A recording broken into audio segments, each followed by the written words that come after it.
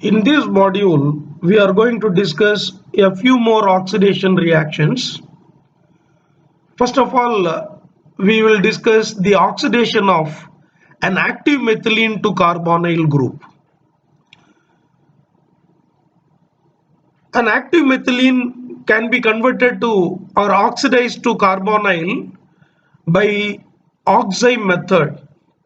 In this oxime method, we are making use of organic nitrides. A carbonyl compound, a ketone in acid medium, undergoes tautomerism to form its enol, the enol tautomer.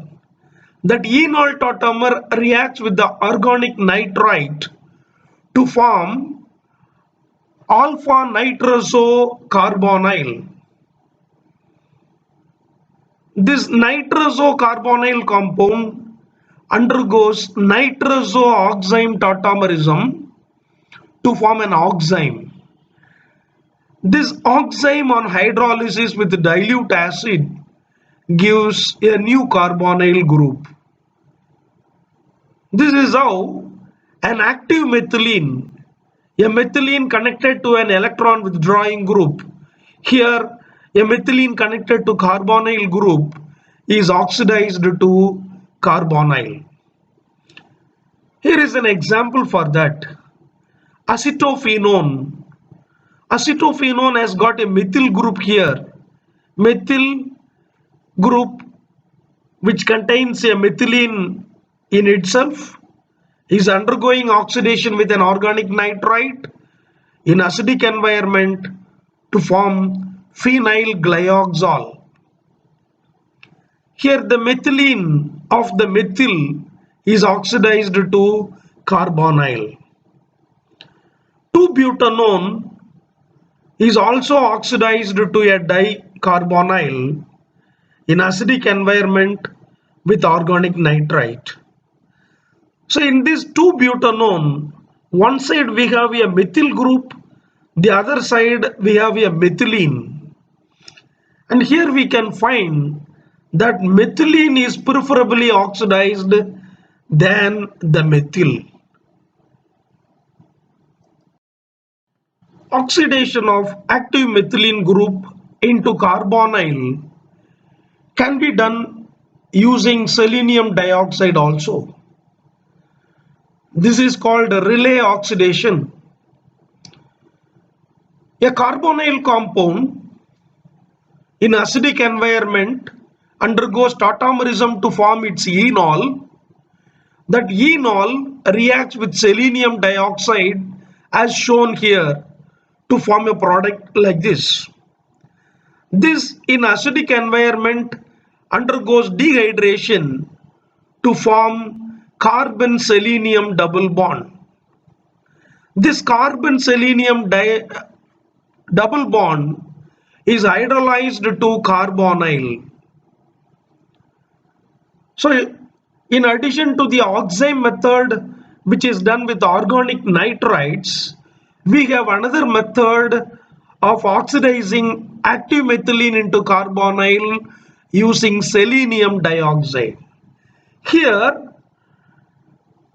very similar to the oxime method, acetophenone is undergoing oxidation with selenium dioxide in acidic environment to form phenyl glyoxal. 2-butanone undergoes oxidation in oxime method. In oxime method, the methylene was oxidized to carbonyl, but here in the relay oxidation with selenium dioxide, methyl group is preferably oxidized than methylene. Therefore, we are getting the major product which is obtained by the oxidation of the methyl group to carbonyl and not the methylene. Here is another example for the relay oxidation. This is the structure of camphor, which can be represented like this. This camphor and in acidic environment undergoes tautomerism to form enol. That enol reacts with selenium dioxide. The product obtained undergoes dehydration in acidic environment to form carbon selenium double bond, which on hydrolysis gives a new carbonyl, and this product is called camphor quinone. Dehydrogenation is also considered as an oxidation reaction. A carbonyl compound can be dehydrogenated in two methods. The first method involves halogenation followed by dehydrohalogenation. A carbonyl compound is in acidic environment undergoes ketoenol tautomerism to form its enol tautomer. That enol tautomer reacts with bromine as shown here to form alpha bromo carbonyl compound. This alpha bromo carbonyl compound on treatment with alcoholic KOH undergoes dehydrohalogenation by E2 elimination mechanism to give alpha beta unsaturated carbonyl compound. So here in this reaction, two hydrogen atoms are removed from alpha and beta carbon atoms. Similar dehydrogenation can be done with selenium dioxide. Here we have taken a carbonyl compound containing alpha and beta hydrogens. This carbonyl compound in acidic environment undergoes tautomerism to form its enol tautomer. That enol tautomer reacts with selenium dioxide as shown here. Oxygen with its lone pair attacks selenium, and this pi bond breaks and gives a negative charge to oxygen, so that O minus takes up a proton from here to form a new OH group.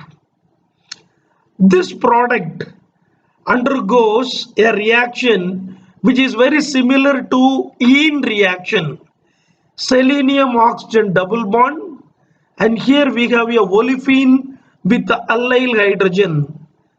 So selenium oxygen double bond with an alkene with allyl hydrogen undergo a reaction like ene reaction to give an alpha beta unsaturated carbonyl compound. Selenium hydroxide is the byproduct which can be oxidized once again to selenium dioxide by the addition of tertiary butyl hydrogen peroxide. Here are some examples for dehydrogenation with selenium dioxide. Diethyl succinate on treatment with selenium dioxide in acidic environment at higher temperature, it forms diethyl fumarate, which is an alpha beta unsaturated carbonyl. Hexane 2,5 dione on heating with selenium dioxide in acidic environment undergoes dehydrogenation to form hex 3-ene 2,5 dione. So these are some examples for dehydrogenation reactions. Next, we are going to discuss a very important oxidation reaction using selenium dioxide. Allylic oxidation of olefins using selenium dioxide. Olefins with allyl hydrogens, when treated with selenium dioxide, they undergo a reaction similar to ene reaction. This is selenium oxygen double bond reacting with an alkene containing allyl hydrogen. So the mechanism of ene reaction is shown here, and it ends up with a product as shown here. This product undergoes a 2,3 sigmatropic rearrangement to form a new product which on hydrolysis gives allyl alcohol. So selenium dioxide is used for allylic oxidation of olefins. An allyl hydrogen is replaced by hydroxyl group. So whenever we want to replace an allyl hydrogen by a hydroxyl group, we can treat the olefin with selenium dioxide. During this reaction, selenium dioxide is reduced to selenium hydroxide. Therefore, we have to make use of large quantity of selenium dioxide for the oxidation of olefins. For every 1 mole of olefin, we have to make use of 1 mole of selenium dioxide. This can be avoided using tertiary butyl hydrogen peroxide. The mere addition of tertiary butyl hydrogen peroxide to the reaction medium oxidizes selenium hydroxide to selenium dioxide again. Therefore, the mere addition of tertiary butyl hydrogen peroxide reduces the use of large quantity of selenium dioxide. So here is an example for allylic oxidation.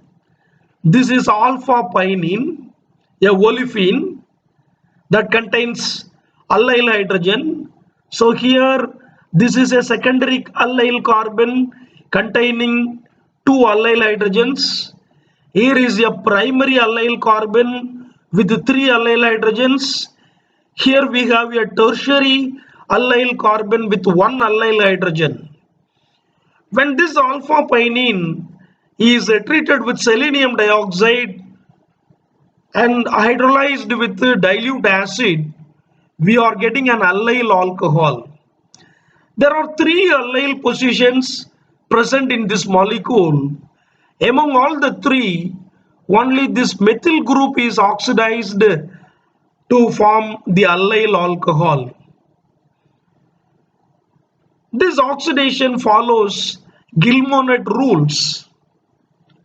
The alpha carbon to the more substituted end of the double bond is hydroxylated or is oxidized.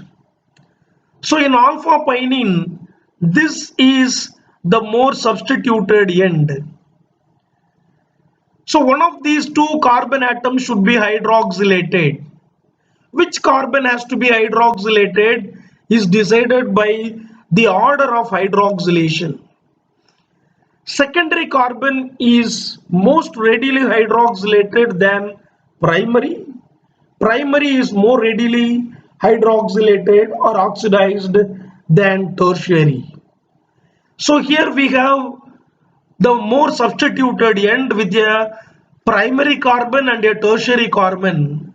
Among these 2, the primary carbon gets higher priority over the tertiary carbon. That is how the primary carbon is oxidized to a hydroxyl. One more point we should keep in our mind when we write the oxidation product of an alkene with selenium dioxide. Oxidation never occurs in the bridgehead position in bicyclic systems which are falling within the Brett's rule. When the bridgehead carbon is the allyl carbon, that does not undergo oxidation. Thank you.